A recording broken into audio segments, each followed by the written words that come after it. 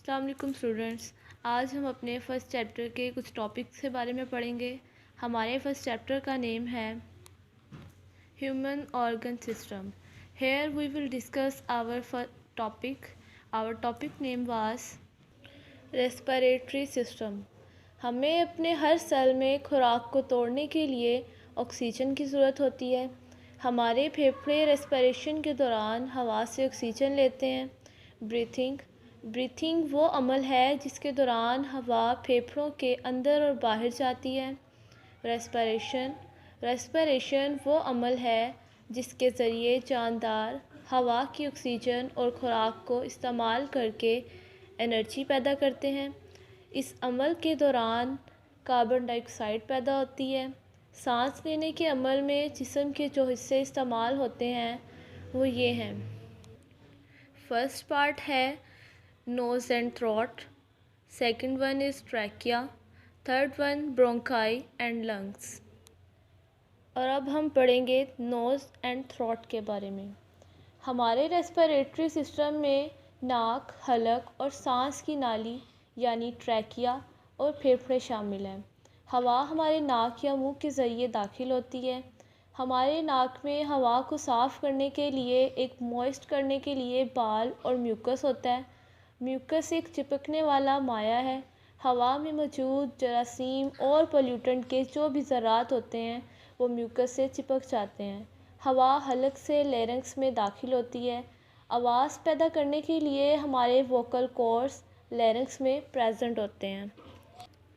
हमारा next part है trachea यानी सांस लेने की नाली।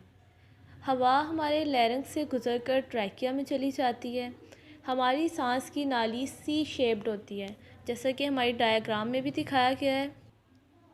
यहाँ हमारे ट्रैकिया की शेप दिखाई गई है। सी शेप्ड कार्टिलेज यानी रिंग शेप्ड भी इसे बोला जाता है। ये सी शेप्ड रिंग्स हमारी सांस की नाली को खुला रखते हैं। ट्रैकिया में मौजूद म्यूकस और छोटे छोटे बाल हमारे हवा को साफ़ करते हैं। हमारा नेक्स्ट पार्ट है bronchi and lungs. Bronchi diagram में भी दिखाया गया है। ट्रैकिया हमारी दो शाखों में तकसीम हुआ है, जिसे हम ब्रोंकाई या सिंगुलर में ब्रोंकस कहते हैं। ब्रोंकाई हवा को फेफड़ों में ले जाते हैं। हमारे फेफड़े रेस्पिरेटरी सिस्टम के इम्पोर्टेंट ऑर्गन्स हैं। हर फेफड़े में ब्रोंकस की छोटी छोटी नालियाँ होती हैं जो ब्रोंकियोल्स कहलाती हैं। हर ब्रोंकियोल्स के सिरे पर छोटी छोटी हवा की थैलियाँ मौजूद हैं जिसे हम एल्वेलाई कहते हैं। डायग्राम में दिखाया गया है एल्वेलाई जो दो हिस्सों में डिवाइड हुआ है, इसके ऊपर छोटी छोटी थैलियाँ मौजूद हैं। एल्वेलाई को खून की कैपिलरीज ने सराउंड किया होता है। जब हम सांस अंदर की तरफ खींचते हैं तो हवा फेफड़ों में दाखिल होती है और फिर एल्वेलाई में पहुंच जाती है। हवा खून के रेड सेल्स में मौजूद ऑक्सीजन को हमारे जिस्म के हर सेल तक पहुंचा देती है। हमारे जिस्म के सेल ऑक्सीजन और खुराक को इस्तेमाल करके एनर्जी और कार्बन डाइऑक्साइड पैदा करते हैं। खून कार्बन डाइऑक्साइड को फेफड़ों में वापस लाता है। जब हम सांस खारिज करते हैं तो कार्बन डाइऑक्साइड हमारे जिस्म से बाहर निकल जाती है। हमारा नेक्स्ट टॉपिक है common disease of respiratory system.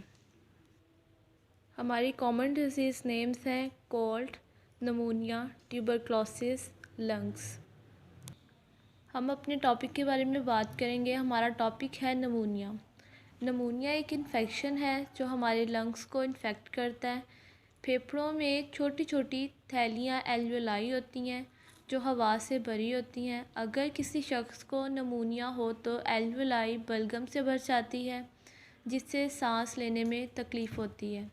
दुनिया भर में बहुत सारे बच्चों की अमवात नमूनिया से होती है। खांसी, बुखार, नाक की बंदिश, सांस का बंद हो जाना, सांस तेज़ तेज़ आना, सीने में दर्द, भूख का ख़त्म हो जाना वगैरह इसकी मेन सिम्टम्स हैं। नमूनिया के इलाज के लिए हम डॉक्टर से कंसल्ट करते हैं। डॉक्टर्स हमें एंटीबायोटिक्स देते हैं। जरासीम के बचाव के लिए हमें अपने हाथ अच्छे से धोने चाहिए। जरासीम किसी भी तरह से लग सकते हैं। जब भी आपको खांसी या छींक आए तो आप टिश्यू या रुमाल का इस्तेमाल करें। इन सब के बाद आप लोगों के लंग्स हेल्थी और सेफ़ रहते हैं। फलों और सब्जियों में विटामिन्स होते हैं। विटामिन्स हमारे लंग्स को हेल्थी रखते हैं।